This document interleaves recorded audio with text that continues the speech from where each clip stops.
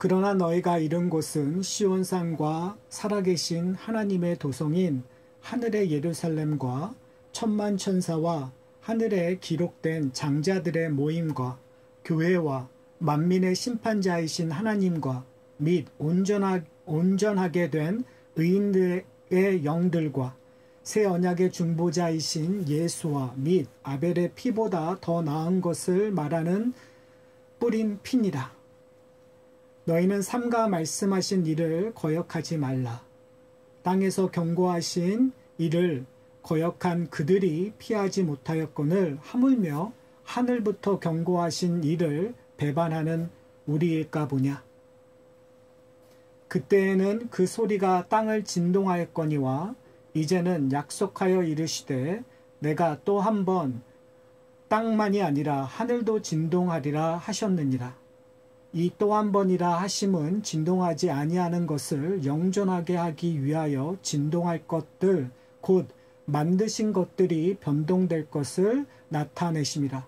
그러므로 우리가 흔들리지 않는 나라를 받았은즉 은혜를 받자. 이로 말미암아 경건함과 두려움으로 하나님을 기쁘시게 섬길지니 우리 하나님은 소멸하는 불이심이니라. 저희는 히브리서 12장을 통해서 인내의 경주를 어떻게 걸어가야 되는지 저희가 살펴보고 있습니다. 오늘 히브리서 저자는 우리에게 두 가지의 산을 보여주고 있습니다. 저희가 오늘 본문을 읽지 않았지만 18절서부터 19절에 나타난 산은 시내산입니다. 이스라엘 백성들에게 시내산은 너무나 소중한 산이에요. 왜 그러냐면 그곳에서 하나님께서 이스라엘 백성들을 만나주시고 그곳에서 언약을 주셨기 때문에 그렇습니다. 근데 히브리서 저자는 그 시내산과 오늘 본문 22절에 기록되어 있는 시온산을 비교하고 있습니다. 시온산은 오늘 22절에 이야기되고 있는 것처럼 하나님의 도성인 하늘의 예루살렘입니다. 지금 저희가 사실은 히브리서를 이렇게 전체 살펴보면서 히브리서 저자가 우리에게 끊임없이 이야기했던 계속해서 주입했던 원리, 원칙이 있습니다. 그것은 뭐냐면 이스라엘 백성들이 갖고 있는 것들과 새로운 이스라엘, 예수 그리스도의 백성된 예수 그리스도의 자녀들이 갖고 있는 것들이 무엇이 더 소중하고 무엇이 더 우월하는가에 대한 질문이었어요. 그래서 예수 그리스도가 천사들보다 우월하고 예수 그리스도가 모세보다 우월하고 예수 그리스도가 드리는 제사가 이스라엘 백성들이 드리는 제사보다 우월하고 예수 그리스도의 제사장됨이 이스라엘의 제사장들보다 우월하다는 것을 끊임없이 반복해서 우리에게 이야기하고 있었어요. 오늘 본문도 역시 마찬가지입니다. 이스라엘 백성들이 그렇게 소중하게 여겼던 그 시내산보다 우월한 시온산, 하늘의 도성인 예루살렘, 하늘의 예루살렘의 장소적인 개념을 우리에게 비교하고 싶어 하는 거예요. 왜 그럴까요? 저희가 히브리서를 통해서 끊임없이 이야기했던 것은 뭐냐면 이스라엘 백성들은 그 예루살렘이 갖고 있는 상징성, 시내산이 갖고 있는 상징성, 성전이 갖고 있는 그 상징성 때문에 그리스도인이 되고 나서도 교회에 다니고 나서도 어느 일정 시간이 지났을 때 자꾸 회개하려고 하는, 배교하려고 하는 위험 아래 거하고 있었다라는 것이었어요. 어떻게 보면 우리의 모습과 되게 유사할 수도 있어요. 내가 교회 다니고 후에도 자꾸 옛날의 본성대로 하나님을 알지 못했던 그 상태로 돌아가고자 하는 욕망들이 우리 가운데 일어납니다. 그래서 분명히 예수 그리스도의 보혈의 피로 말미암아 우리가 죄사함을 받았고 우리가 사망의 권세에서 영생의 권세 아래로 옮겼음에도 불구하고 우리는 죄의 유혹을 받고 심지어 죄를 범하고 있는 우리의 연약한 모습을 발견하게 됩니다.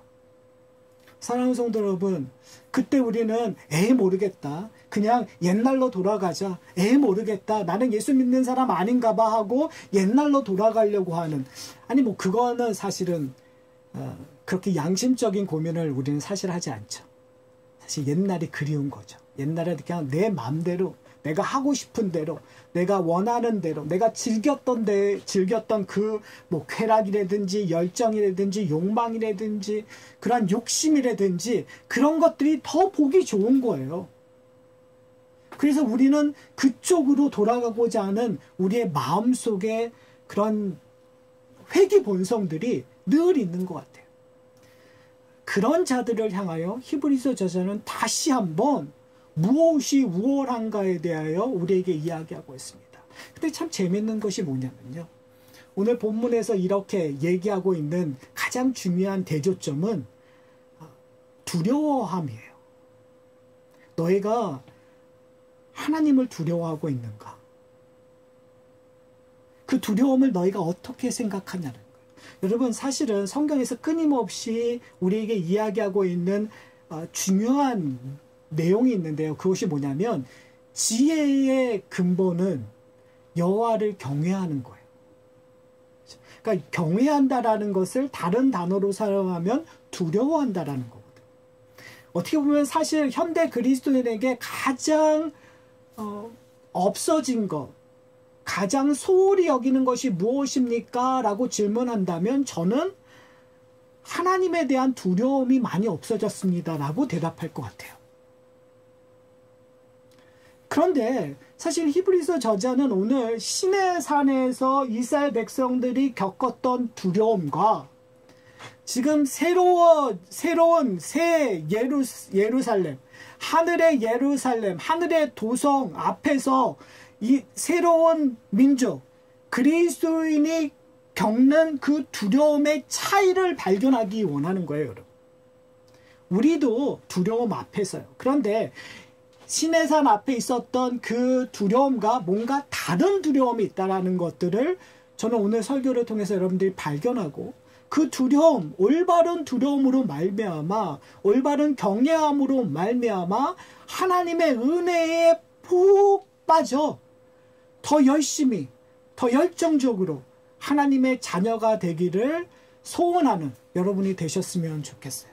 그것이 오늘 설교를 통해서 소망하는 내용입니다. 자, 그렇다면 오늘 저희가 본문을 읽지 않았지만 18절에 이렇게 얘기를 해요. 자, 18절서부터 읽어드릴게요.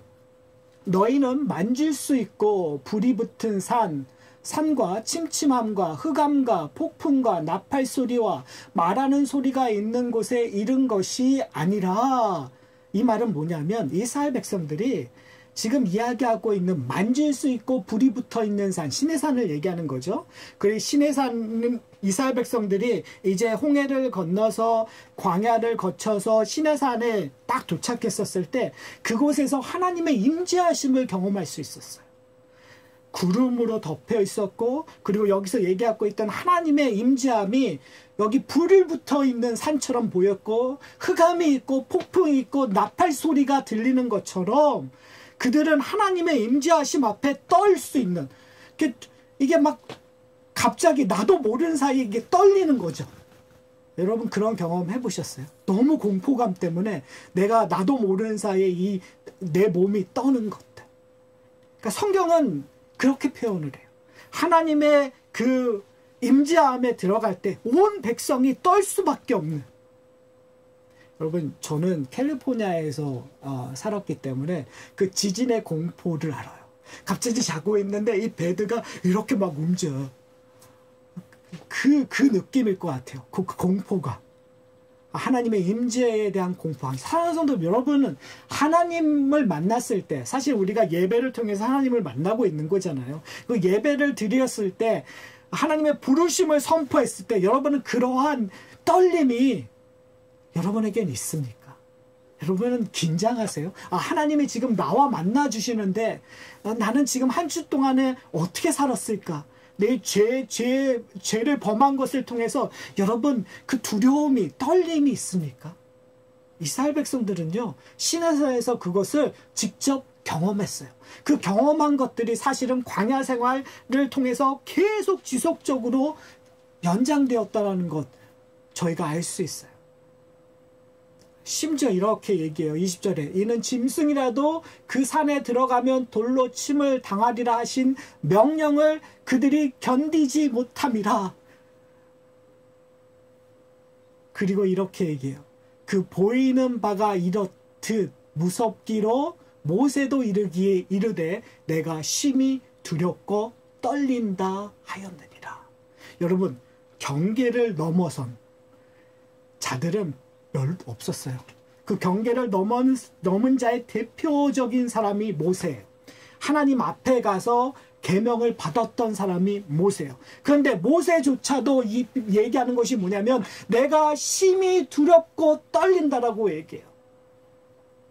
성경에서 기록된 것이 출애굽기에 기록된 내용들이 뭐냐면 그 경계를 넘어가는 사람은 다 죽을지니라. 근데 누구도요? 짐승도 그 경계를 넘어가면 죽어요. 저는 한번 생각을 여러분이 해보셨으면 좋겠어요. 구름이 정말 거룩한 구름. 아마 이스라엘 백성들은 제대로 경험하지 못했던 거예요. 근데 사실은 충분히 경험했었어요. 왜요?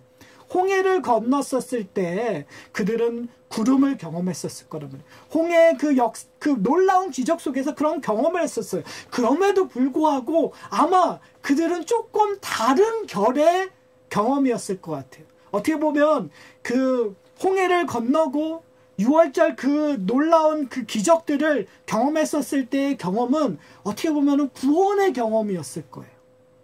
그런데 지금 이 시내산 앞에 나왔었던 그 거룩이라는 거에서는 지금 그들의 죄 때문에, 그들의 불안정성 때문에 두렵고 떨리는 거죠.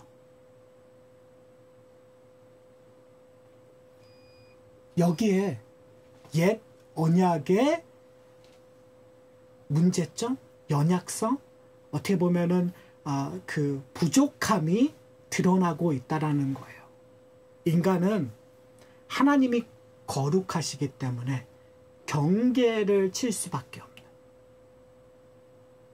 그러한 존재론적 문제를 갖고 있다는 사실이에요. 우리가 아무리 노력을 해도 그 경계를 넘어설 수 없어요. 죄의 싹은 사망이라고 사도 바울이 이야기했던 것처럼 아담의 죄로 말미암아 그 다음으로 나오는 모든 사람들은 이 문제를 뛰어넘을 수 없었어요. 사랑하는 성도 여러분, 여러분은 그것을 경험하십니까? 사실은 우리가 교회 생활을 오래 하신 분들은 쉽게 잊어먹거나 아니면 이런 것들을 그냥 가볍게 여기면서 신앙생활을 하신 분들이 의외로 많은 것 같아요. 그냥 내가 하나님 앞에 나가는 거 당연한 거고, 내가 예배 드리는 거 당연한 거고, 내가 하나님의 자녀라고 복받은 사람이라고 부름을 받는 것을 너무나 당연하게 생각하시는 것 같아요. 근데 사랑하는 성도 여러분 당연한 거 아니에요. 여러분은요 진노의 자녀였어요. 여러분은요 마귀의 자식들이었어요. 여러분은요 사망을 이길 수 없는 존재였어요. 듣기 싫으시죠? 그러나 그것이 진리예요. 그것이 성경이 얘기하고 있는 거예요. 우리는 죽음으로 향하는데 그것을 멈출 수 없는 그런 존재였단 말이에요. 그런데 왜 우리는 글로 돌아가려고 하죠? 왜 우리는 자꾸 그쪽을 바라보고 있죠? 여기서 히브리서 저자의 안타까움이 드러나는 거죠. 왜 너희는 자꾸 시내산으로 가려고 하는가? 시내산에서 단순히 언약을 받았기 때문에 자꾸 그쪽으로 가고자 하는가? 근데 거기에 근본적인 문제점은 너희가 그 경계를 뛰어넘을 수 없다라는 거예요. 하나님의 거룩하심을 대면하면 죽을 수밖에 없는, 왜요? 율법을 주셨는데, 계명을 주셨는데 그것을 지킬 수 있는 자가 아무도 없더라.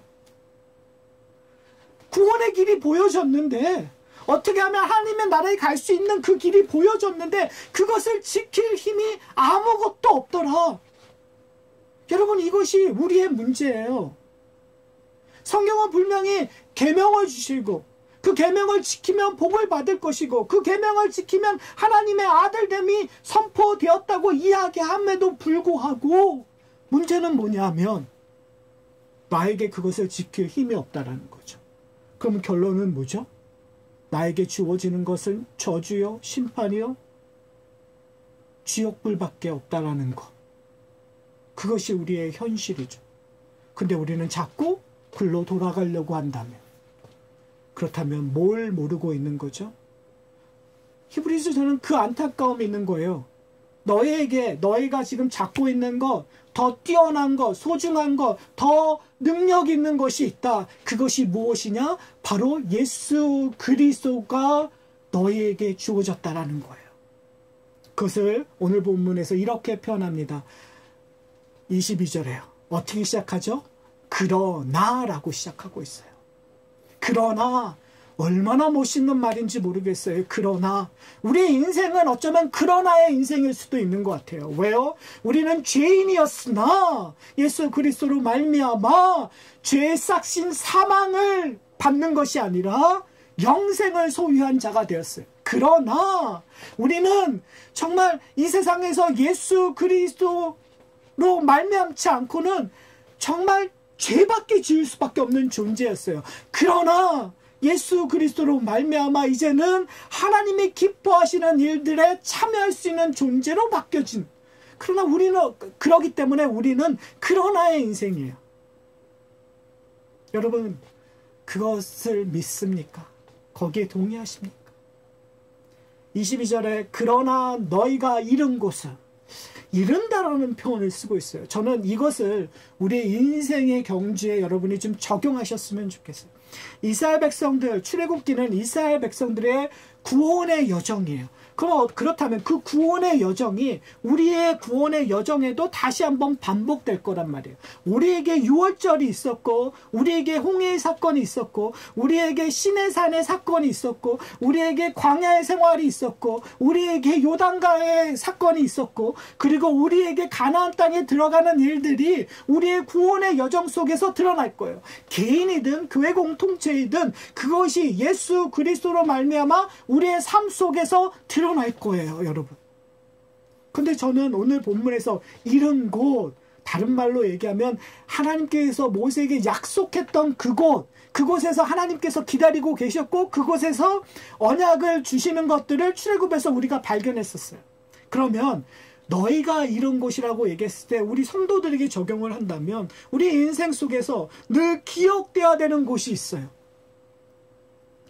우리가 처음과 끝이 있다고 얘기했잖아요. 처음은 내가 예수를 주라고 고백하는 순간, 하나님께서 우리를 부르시는 순간 우리에게 놓여지는 그 인생의 여정, 인내의 경주가 주어졌단 말이에요. 우리가 가야 될 곳이 있어요. 그것은 가나안 땅에 들어가는 것처럼 천국에 들어가는 것, 하나님의 나라에 들어가는 것이 우리의 인생의 가장 중요한 곳이에요. 우리는 그것을 바라보고 그것을 향하여 가기 위해서 우리가 해야 될 것이 뭐죠? 오직 예수 그리스도를 바라보자. 왜요? 천국이 누가 계시는 곳이기 때문에, 예수 그리스도가 계시는 곳이기 때문에, 천국이 누구를 통하여 주어지는 곳이기 때문에요. 예수 그리스도가 주어지시기 때문에, 천국에 가는 길을 누가 알고 있기 때문에요. 목자이신 예수 그리스도가 알고 있기 때문에 우리가 인생의 경주를 걸어갈 때 누구를 바라봐야 되는 거예요? 예수 그리스도를 바라보며 하루를 살아가는 거예요. 근데요, 오늘 본문에서 너희가 잃은 곳이라는 것은 그렇게 하루하루 살아가는데, 예수 그리스도를 바라보면서 살아가는데, 바로 우리 지금 이 순간 매번 우리가 영적으로든 우리가 매번 함께 이루는 곳이 있다라는 거예요. 그것이 어디냐면 바로 시온산이에요. 근데 그곳을 어떻게 표현하냐면 살아계신 하나님의 도성인 하늘의 예루살렘이라고 얘기를 해요. 저는 이 이런 곳이 바로 예배를 드리는 공동체라고 저는 생각을 해요. 우리가 가야 될 곳, 바로 새 예루살렘, 요한계시록에서 얘기하고 있는 그 새 예루살렘, 하늘의 도성이 매번 우리의 예배를 통해서 이 땅에 침투하는 거예요. 그 예배가 침투한다는 의미는 어떻게 보면 예수 그리스도의 이름으로 두세 사람이 모인 그곳이 될 수 있어요. 그렇기 때문에 가정에서 예배를 드리건 그리고 교회에서 예배를 드리건 하여튼 우리가 예수 그리스도를 기억함으로 말미암아 모여서 하나님 앞에 나가는 그 순간 우리는 뭘 경험하게 되는 거죠? 하늘의 도성을, 하늘의 예루살렘을 경험하는 거예요. 다른 말로 얘기하면 우리의 인생 속에서 뭐가 일어나는 거죠? 천국이 일어나는 거예요. 하나님의 나라가 드러나는 거예요. 사실 그것 때문에 이 땅에서 나그네처럼 살아갈 수 있는 힘인 거죠. 내가 오늘 그 하늘을 경험했기 때문에 내가 고난과 역경을 겪는 거예요. 세상에 나가서. 세상에 나가서 믿지 않는 사람들과 부딪히는 거예요. 무슨 힘으로요? 무슨 능력으로요? 세상과 다르게, 세상과 역행하는 바로 하나님의 나라의 힘으로 그것을 이겨 나가는 거죠. 사랑하는 성도 여러분, 여러분은 그것을 경험하고 계십니까? 오늘 우리가 예배드리는 이 순간 하나님의 나라를 경험하고 계십니까? 그 하나님의 나라를 이렇게 표현해요. 천만 천사와 하늘에 기록된 장자들의 모임과 교회와 만민의 심판자이신 하나님과 온전케 된 의인의 영들과 새 언약의 중보자이신 예수와 라고 표현을 하고 있어요. 그러니까 천국의 시민들을 설명하고 있는 거예요. 하나님이 나오시고 예수 그리스도가 나오시고 천사가 나오시고 그리고 교회가 나오시고 장자들의 모임이 나오시고 이런 표현들이 있어요. 그러니까 우리가 예배를 드린다라는 건 그냥 우리 혼자 하산학교에 혼자 예배 드리는 것이 아니라 누구와 함께 예배 드리는 거예요. 그러니까 예배라 하면 우리가 그냥 이 공간적으로 한 곳에 모여서 주일날 11시에 모여서 예배를 드려야 된다는 우리가 그냥 형식적인 생각에 너무 박혀 있는 것 같아요. 그래서 제가 늘 말씀드렸던 것처럼 이 예배가 하늘에서 드리는 예배가 되게 해주십시오라고 말씀드리죠. 그 말은 뭐냐면 우리가 하늘이 이 땅에 침투하는 것처럼 우리가 예배 드리는 순간 우리가 하늘나라로 올라가는 거예요. 여러분, 이게 무슨 공상 영화 SF 영화에서 나타나는 그런 개념이 아니라요. 구약에 보면은 선지자들이 하나님의 부르심을 받았을 때 이런 식으로 표현하고 있던 거예요.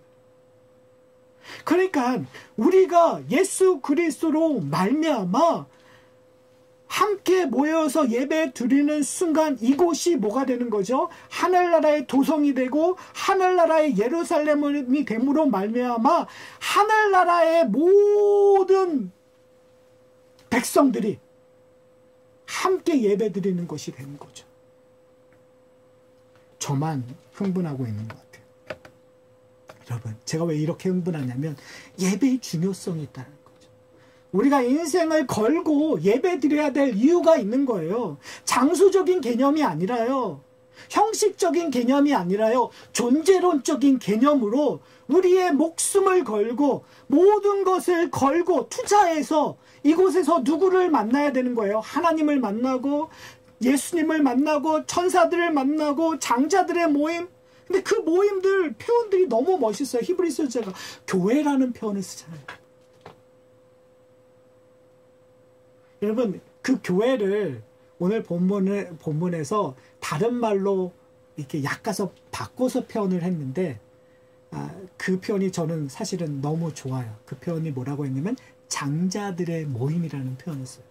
여러분, 장자들의 모임하면 우리가 그렇게 생각했어요. 영웅들의 모임인가?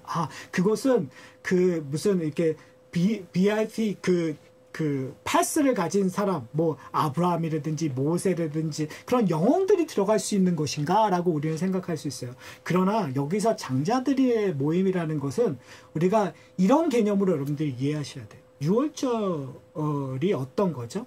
유월절 때는 장자들을 죽이는 거였어요. 근데 그 장자들에는 이스라엘 백성들의 장자들도 포함된 거예요. 그러니까 애굽 땅에 있는 모든 장자들은 다 죽어가는 거예요. 그런데 하나님께서 은혜를 베풀어서 이스라엘의 장자들은 살리셨어요. 어떻게요? 어린 양을 잡아서 문설주에 그의 피를 바름으로 말미암아. 그래서 10의 1조를 드리는 이유는 어떻게 되냐면 이 장자들의 값을 대신 페이하는 거란 말이에요. 지불하는 거예요. 그러니까 내가 11조를 드렸다는 건 이 장자의 소유를 인정하는 거라는 거예요. 여러분, 그런 의미에서 지금 장자들의 모임 속에 우리가 들어갔을까요? 안 들어갔을까요? 들어갔죠. 왜요? 우리의 피를, 우리가 죽어야 되는데 우리의 그 생명을 누가 지불하신 거예요? 예수 그리스도께서 지불하심으로 말미암아 이제 예수 그리스도의 피로 구원받은 자들, 그들은 다 누가 되는 거예요? 장자가 되는 거예요. 그러니까 이 장자들의 모임이라는 말은 교회라는 모임과 동일한 것이 되는 거죠. 사랑하는 성도 여러분, 그 장자들의 모임이 신해산이 상징하고 있는 시온산 앞에 모였어요. 근데 그곳의 차이점이 뭐죠? 신해산에서는 경계가 있었어요. 그러나 시온산, 살아계신 하나님의 도성인 하늘의 예루살렘에는 경계가 없어요. 장자가 된 자, 교회인 자, 의인의 영들을 가진 자들은 이제 담대하게 하나님 앞에 들어갈 수 있는 능력이 주어진 거죠. 바로 그것이 예배의, 그리스도의 예배의 가장 중요한 핵심이에요. 더 이상 제사장이 필요 없어요.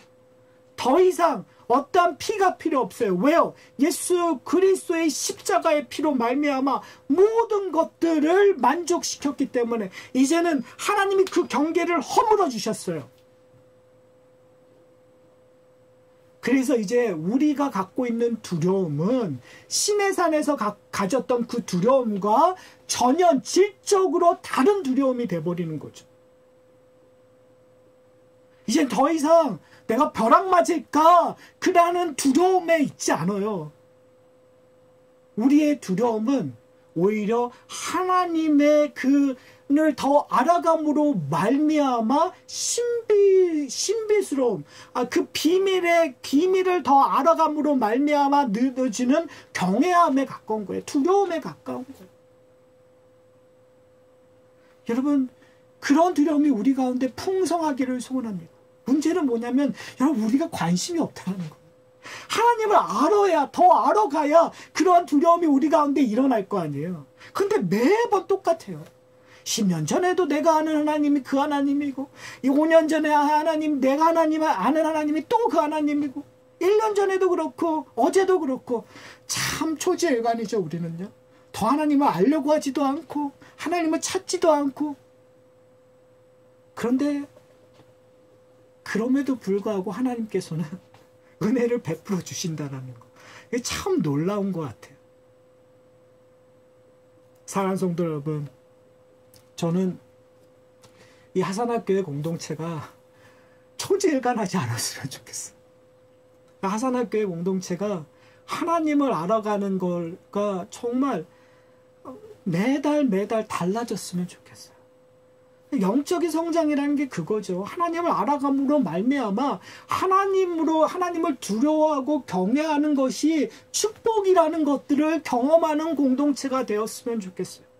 그러기 위해서 하나님을 알아가야 돼요. 그러기 위해서 우리가 함께 모여서 그 능력을 경험해야 돼요. 그래서 25절에 이렇게 얘기해요. 너희는 삼가 말씀하신 일을 거역하지 말라. 뭐라고요? 거역하지 말라. 하나님의 말씀을 거역하지 말라.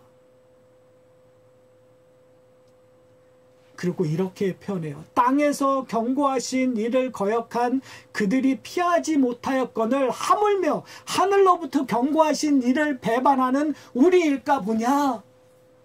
여러분, 이스라엘 백성들이 그 시내산에서 계명을 받고 그리고 나서 하나님 앞에 불순종했었을 때 광야 생활을 하면서 일어났던 것들이 뭐죠?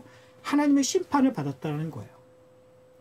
지금 히브리서 저희가 얘기하는 거예요. 땅에서 경고하신 거, 시내산에서 경고하신 거 하나님이 지키셨다. 그런데 지금 너희가 이룬 곳, 바로 하늘 도성에서 하늘 예루살렘에서 지금 하나님께서 너희에게 약속하신 것, 그 약속하신 것 너희가 기억하라는 거예요. 제발 그것을 거역하지 말아라. 이렇게 얘기하는 거예요. 만약에 거역하면 결국 어떻게 되는 거죠? 너희가 잘려 버림을 받는 일들이 일어날 거라는 것들을 경고하는 거예요. 여러분, 제가 히브리서를 공부하면서 이야기 드렸었던 포인트가 있어요. 이렇게 경고하는 이유는 뭘 하기 위함이라고요? 봐봐, 너 잘릴 거야 이 얘기하려고 이런 경고를 하나요? 그럴 필요 없죠. 이렇게 경고하는 건 뭐냐면, 너희는 붙어 있으니까, 너는 지금 상한 갈대이니까, 너희는 지금은 흔들리고 꺼져가는 불이니까 지금 너희가 해야 될 건 뭐 어떠는 거예요? 다시 한번 흔들리지 않는 곳, 늘 켜있는 그곳으로 돌아가라는 것을 이야기하기 위함이겠죠. 그것이 어딜까요? 바로 예수 그리스도예요. 사랑하는 성도 여러분, 26절에 이런 표현을 해요. 그때 그 소리가 땅을 진동하였거니와 이제 약속하여 이르시되 내가 또 한 번 땅이 아니라 하늘도 진동하리라 하셨느니라. 이 또 한 번이라 하심은 진동하지 아니하는 것을 영존하게 하기 위하여 진동할 것들, 곧 만드신 것들이 변동될 것을 나타내심이라. 이 얘기가 뭘까요?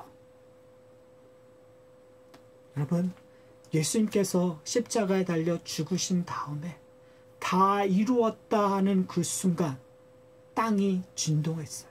왜요? 하늘이 진동했기 때문에. 이 땅에서 어떤 일이 일어났었죠? 휘장이 찢어졌었어요. 그 휘장, 성소의 휘장은 경계를 상징하는 거예요.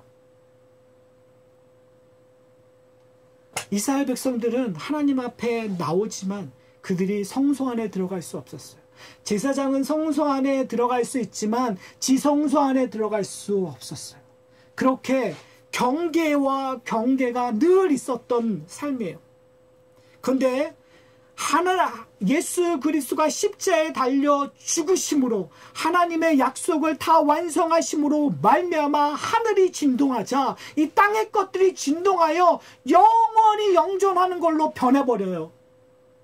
우리의 모든 시스템이 변해버린 거예요. 옛 것들이 무너지고 새로운 것들이 세워지고 새 언약이 세워지는 일들이 일어났다는 사실 여러분 기억하셨으면 좋겠어요. 옛 언약은 우리의 존재의 문제점으로 늘 흔들려요. 옛 언약은 우리의 무능력이 드러나요. 옛 언약은 우리에게 주어지는 건 하나님의 진노밖에 없다는 것들을 발견할 수밖에 없어요. 그러나 이제 새 언약이 경계를 무너뜨려서 하나님의 은혜를 맛보게 해요. 우리의 힘이 아니라 예수 그리스도의 능력으로, 우리의 능력이 아니라 예수 그리스도가 이루어 주신 것으로 말미암아 우리도 모르는 사이에 우리는 은혜를 경험하고 있는 거예요. 우리는 자꾸 다른 길로 목자가 말하는 그 소리를 막 듣지 않으려고 내 길을 막고 있음에도 불구하고 우리의 발은 내가 원하는 대로 걸어가고 있음에도 불구하고 성령께서 상황을 바꾸시고 성경께서 고난과 역경을 통하여 우리로 하여금 목자이신 예수 그리스도의 말씀을 듣게 만들어 버리신다는 거예요. 인생의 경주는 그거예요, 여러분. 그렇다면 그 인생의 경주 속에서 우리가 모인다라는 것, 매번 모인다라는 것, 하나님의 백성으로서 예배를 드린다는 건 뭘까요? 하나님의 경고를 함께 듣고 이제는 하나님의 말씀을 거역하지 말자라고 다짐하기 위함이에요, 여러분. 죄를 자백하고 죄 용서함을 확인받는 거가 바로 그런 이유예요. 내가 다시는 하나님의 말씀을 거역하지 않겠다 라는 다짐하는 거. 그리고 나서 오늘 본문 28절에 그러므로라고 시작이 돼요. 그러므로 우리가 해야 될 일이 있어요. 그것이 뭐냐면 이렇게 얘기해요. 우리 흔들리지 않는 나라를 받았은즉 은혜를 받자. 여러분, 이제 우리는 결코 흔들리지 않아요. 왜요? 하늘이 진동해서 모든 걸 바꿔버렸기 때문에 우리는 하나님의 나라에 있는 결코 흔들리지 않는 곳에 서 있는 존재예요. 우리의 마음은 흔들려도 우리를 붙잡고 계시는 예수 그리스도는 흔들리지 않기 때문에 여러분 우리는 흔들리지 않아요. 여러분이 아무리 근심 걱정 속에 있어도 여러분이 아무리 의심을 해도 예수 그리스도가 여러분을 붙잡고 있는 그때는 흔들리지 않아요. 근데 그때가 영원하다고 성경은 우리에게 약속하고 있어요. 사랑하는 성도 여러분, 그래서 이렇게 얘기해요. 은혜를 받자. 이로 말미암아 경건함과 두려움으로 하나님을 기쁘시게 뭐 하자고요? 섬길지니라. 우리 인생의 목적이 틀려졌어요. 옛날에는 예수를 알기 전에는 내가 이 땅에서 잘 되는 거예요. 이 땅에서 복 받는 거예요. 이 땅에서 내 능력을 보여주는 거예요. 그러나 예수 그리스도를 믿고 예수 그리스도의 은혜를 경험하는 순간 우리의 인생이 다 틀려졌어요. 뭐 하기 위해서요? 하나님을 기쁘게 섬기기 위함.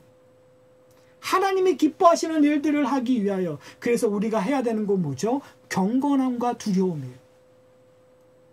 하나님의 거룩을 닮아가는 일들을 하는 거예요. 우리가 두려워함으로 시내산에서 느꼈던 두려움이 아니라 그리스도로 말미암아 하나님을 더 알아감으로 말미암아 그 하나님을 인정하는 두려움이겠죠. 그 신비스러움. 이게 인간 사람들도 그렇잖아요, 여러분. 정말 뭔가 이루고 괜찮은 사람을 만나면 그 사람 아우라에 그냥 기가 죽어서 그 사람이 하는 모든 말에 맞아 할 수밖에 없는. 근데 왜 여러분 하나님한테는 여러분 안 그러세요? 하나님께서 말씀하고 계시는데 성령을 통해서 이야기하고 있는데 우리는 무슨 이런 말 하긴 좀 그렇지만 모모가 얘기하는 것처럼 안 들려요. 내 지식이 내 능력이 더 낫다고 하나님의 말씀에 귀 기울이지 않고 내 멋대로 살아갈 때가 참 많은 것 같아요. 그래서 오늘 본문에서 히브리서 저자는 우리에게 얘기하세요. 너희는 두려움으로 하나님이 임재하심을 경험하라. 어디서요? 너희가 이룬 곳에서. 우리가 이룬 곳은 어디예요? 여러분, 우리가 인생의 경주를 하고 있는데 이미 이룬 곳이 있다고 얘기해요. 그 갈 곳이 우리의 인생 속에서 침투했다고 얘기해요. 그걸 여러분은 어디서 경험하실 거예요? 어디서 만날 거예요, 여러분? 가장 만날 곳이 바로 여기예요, 여러분.